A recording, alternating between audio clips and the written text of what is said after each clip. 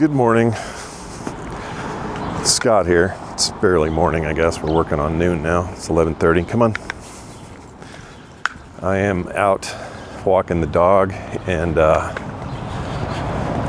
figure this would be a good time as any. Rainer, you're gonna yank my arm off for real. She's so excited to be out today. It's a beautiful day. Sunny. But it turns out we both kind of need it today because some real awful news today. Apparently it happened during the night.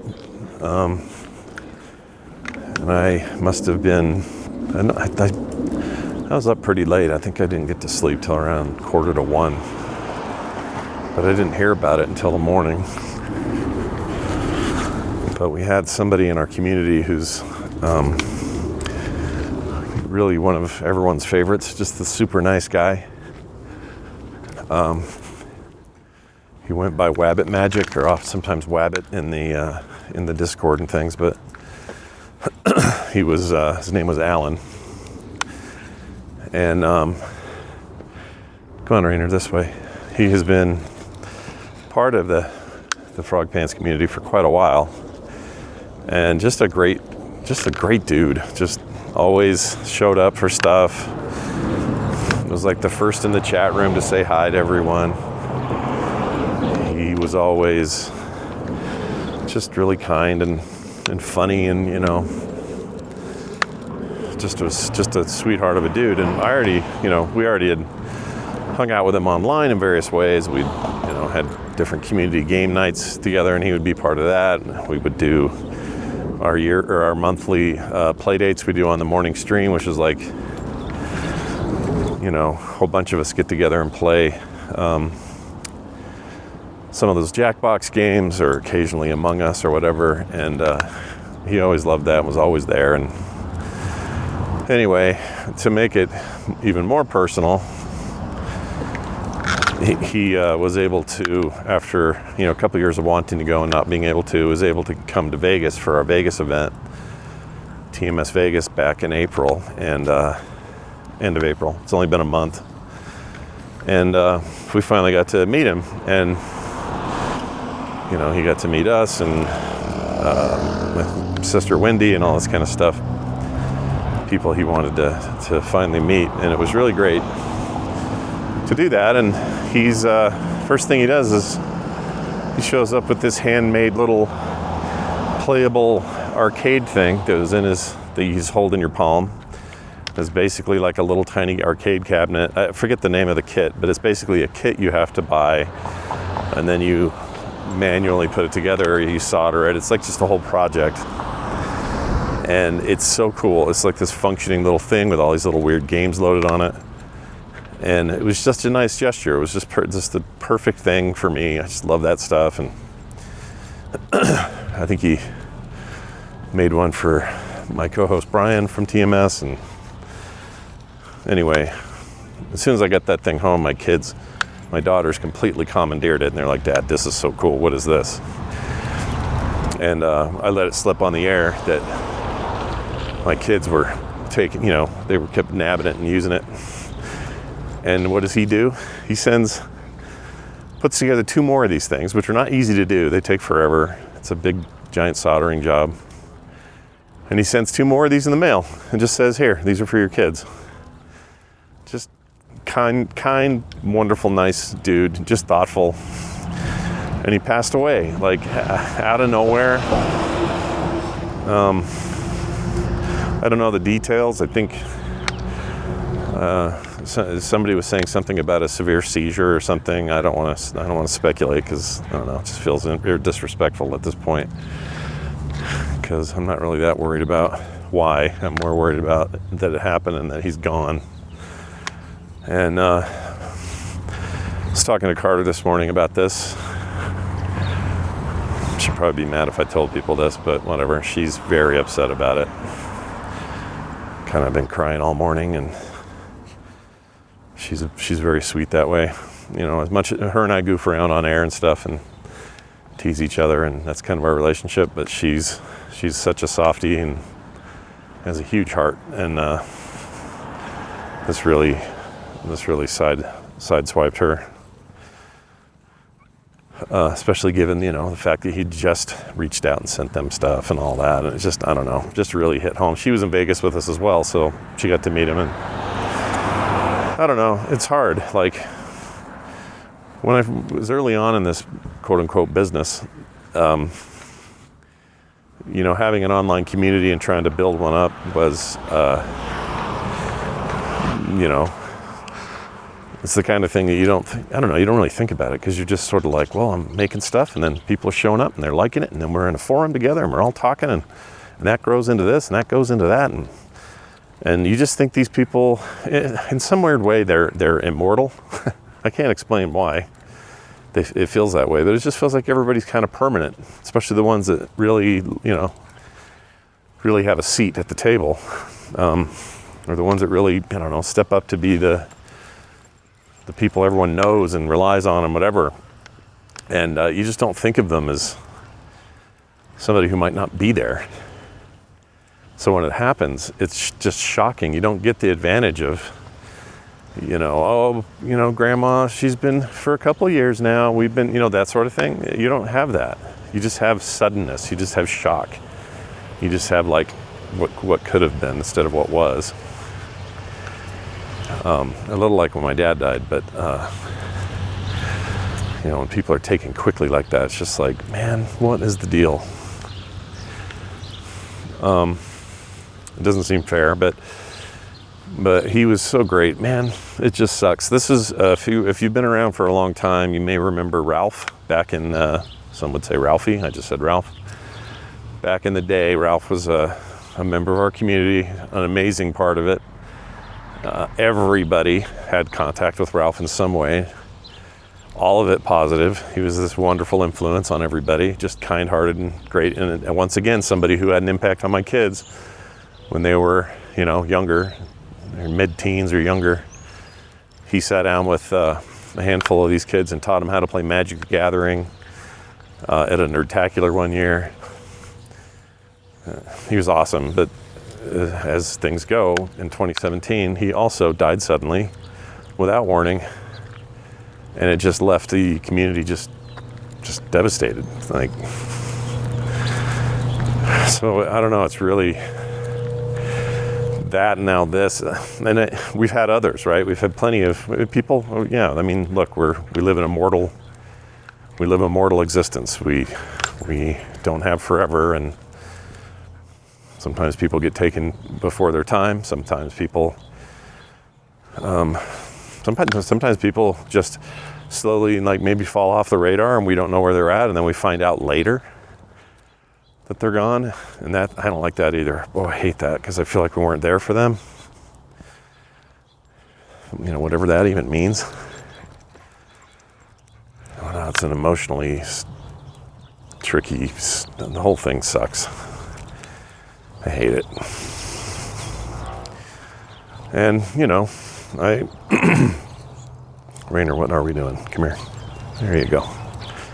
My dog's a little crazy today. Sorry, I'm a little winded too, because we're walking decent pace here. So if this is too breathy, I apologize. Anyway, I just had to talk about it, I guess. Kim's not even here. She's upset remotely because she's still out of town and very busy on her end trying to get her sister moved across the country, and so this came to her as a big shock, of course. I did talk to her. It's not the same. If she was here, it'd be better, because we are better when we're together. We're better as a team. We're better when it comes to, like, let's track down his family and see what we can do. What do they need? Is there anything we can do from here?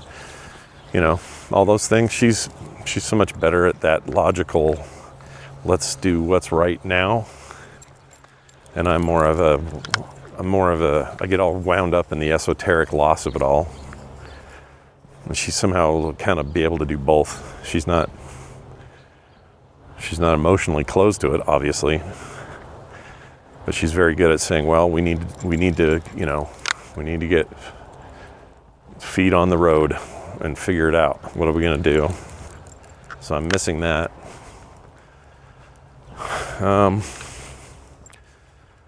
I don't know. I'm not good at this. Not good at loss. And it just seems crazy that the next time I log into that chat room for a live show, like I will today at 1:30. What time is it now? It's noon. In an hour and a half, I'll be doing that very thing, and he will not be there. He's always the first guy to say hello and get excited that we're doing this at all. Come on, Rainer, you don't want those dogs. Go up this way. Then I start thinking about mortality again. You know, I've been doing this anyway with my mom and her, you know, her recent scare and her illness and her oxygen regimen and all that. But, you know, here I am with a dog that's pushing her max. I've had her since she was a pup. Keep moving. And she's, you know, for all intents and purposes, she is my dog. And, you know, I don't know what I'm going to do when she's gone. I guess I finally understand this thing that my dad used to say. I didn't quite get it. But he used to say, I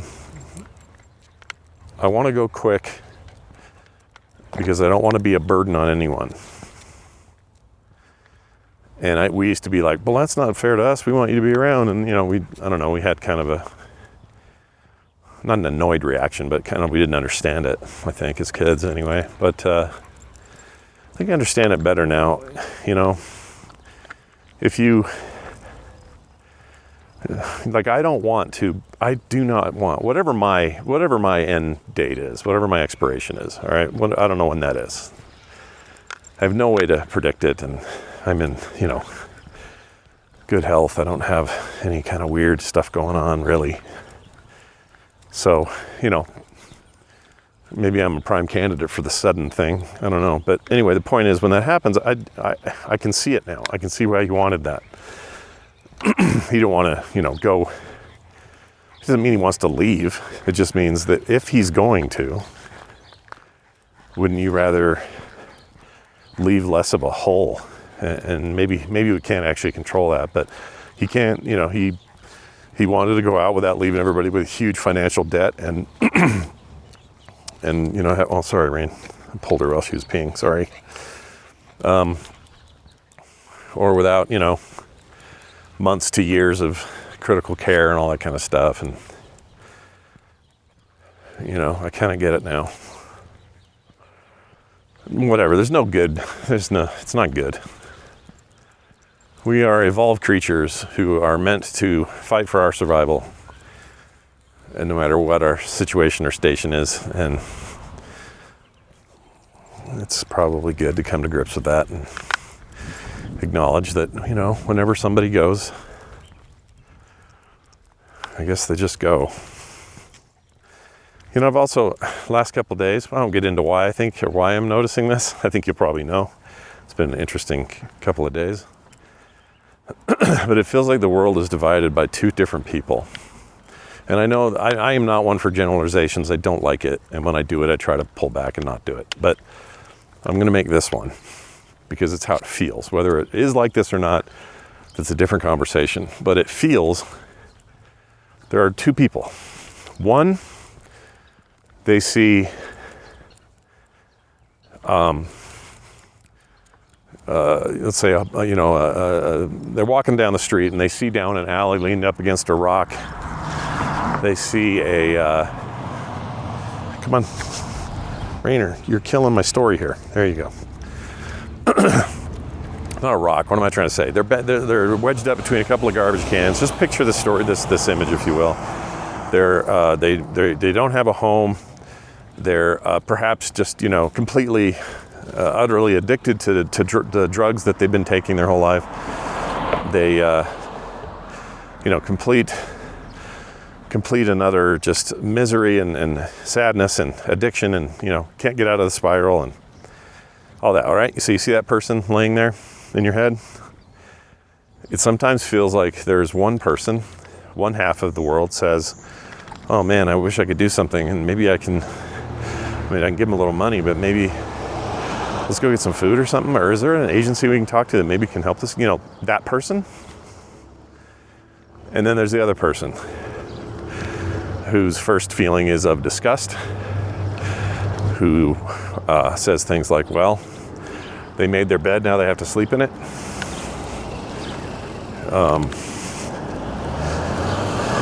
You know, if they just got a job, they wouldn't be in this mess. You know, these kinds of comments. If they really wanted to get out of this, they could. There's a thing called bootstraps, you know, all that. Well, if he didn't take the drugs in the first place, he wouldn't be in this mess. I can come up with a million of these, by the way. They deserve what they get, blah, blah, blah. And then oftentimes, that half, let's call them the mean half, they think that they're completely justified, and they also happen to be the ones that wear crosses and go to churches on Sunday and kind of pretend to be, I don't know if the word is pious, but they pretend to be, you know, quote unquote, good people. And I know this isn't everybody. There are some very religious people who would do anything to help somebody. I'm not saying there aren't. I'm just telling you how this feels right now. And over the last couple of days, it became pretty clear that that particular feeling of division is not going anywhere for a while. Come here, Rainer. This is a thing I never felt as a kid or as a young person. I'm pretty sure it did exist. It's always sort of existed. Humanity is constantly pulled in dumb directions and divisive locations for different opinions, things like that. Excuse me, need some water. And, but I'm just saying it's how it feels, all right? And I wish more people would find some empathy. I wish more people would see, I don't know, maybe it's getting put in perspective because with Alan passing like this so abruptly, and having just had a conversation with him yesterday over Discord, we were just chatting, it just feels like all of the, you know, anger maybe some people have, or all of the beefs people have with their society or their neighbors or their whatever, it just seems like stuff should just fall away. Because when it all comes down to it, it's like, well, we live, we die. That's really it. Like, you could sum it up that way. So the question is, well, you have this brief time in history. And I mean, if you're looking at galactic history, this is nothing. We're barely a second of time. We're not even that. If you look at just world history, we're still a little tiny amount of that, right? One generation, big deal. Come on, Rainer. It just seems like we would maximize that wee bit of time we get if we could just freaking quit being such jerks to each other. You know, I say this knowing I've learned plenty of times in my life, everybody's life. The challenge is, you know, you're gonna have your moments of weakness, or the times where, oh crap, I gotta clean this one up. Can you believe we're doing audio recording of me cleaning up after a dog? I thought you were done pooping. Hear that? That's her burying it, but from like 10 feet away. Because she is not the smartest bulb in the pack. All right, come on. I love her though. All right, I get it. It's altruistic. It's maybe naively optimistic. I always have this argument with some of my co-hosts that it's not just one, multiples, that I think that if things went full Walking Dead or zombie apocalypse, that survivors would band together because that is the best way to survive. Like, just evolutionarily speaking, will there be pockets of fighting? Will there be moments of tragedy and you know, awful steps along the way? Absolutely. But in the end, we're all going to band together because survival depends on it. We are a social species. There's no getting around it. And I still believe that. But I don't know, the last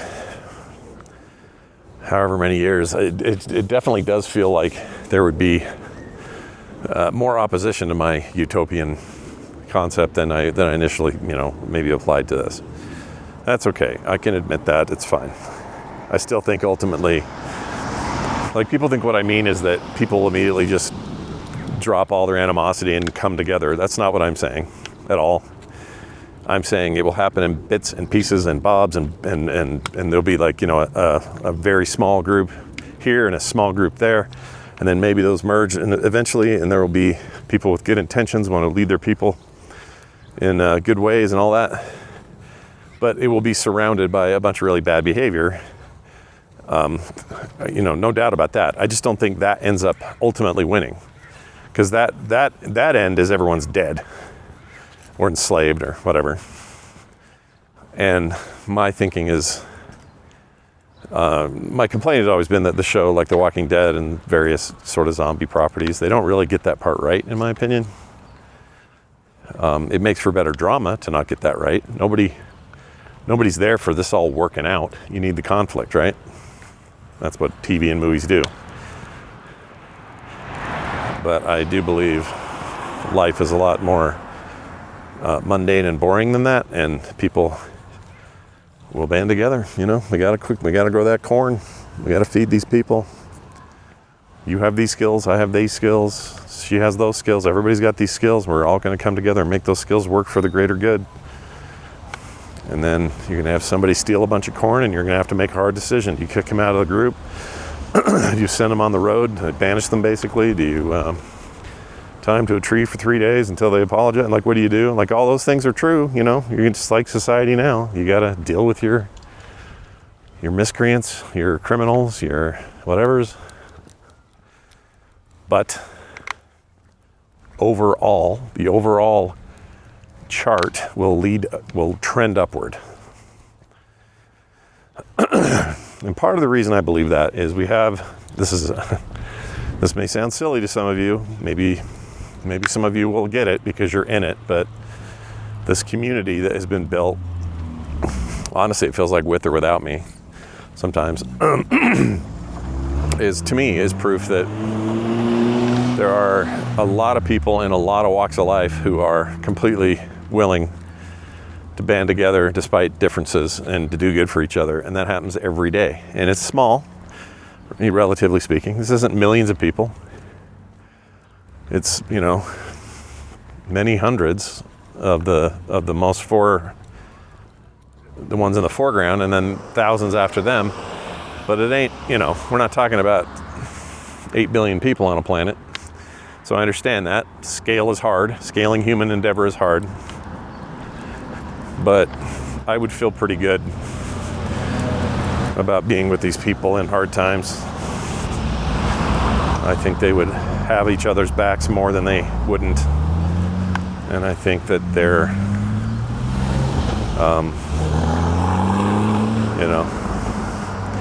chances of surviving in our little group would be high.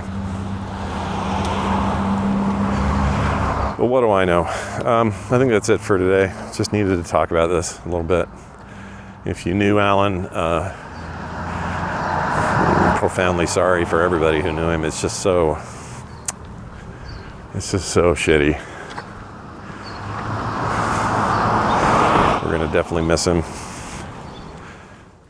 And the hard part will be, it's not like I'll just miss him once in a while. We're gonna miss him every day because he was always there. So it's a lot like, I don't know. That this may be a little sappy, but you see someone will do a picture of the Friends cast. And they're all together like hugging in a promo shot or something. But Matthew Perry is grayed out after his death. And so the image just shows this grayed out image of someone who isn't there anymore. That's how it feels, like that. It's kind of shocking. It's like, oh man. There was a living, breathing, caring person there a minute ago. No, not. Anyway, thanks for all your support. Thank you for listening. If you got any questions or comments, you can email me at scott@frogpants.com, or once again, the text line, easily accessible by all your telephonic products, is 801-471-0462. And we'll see you soon.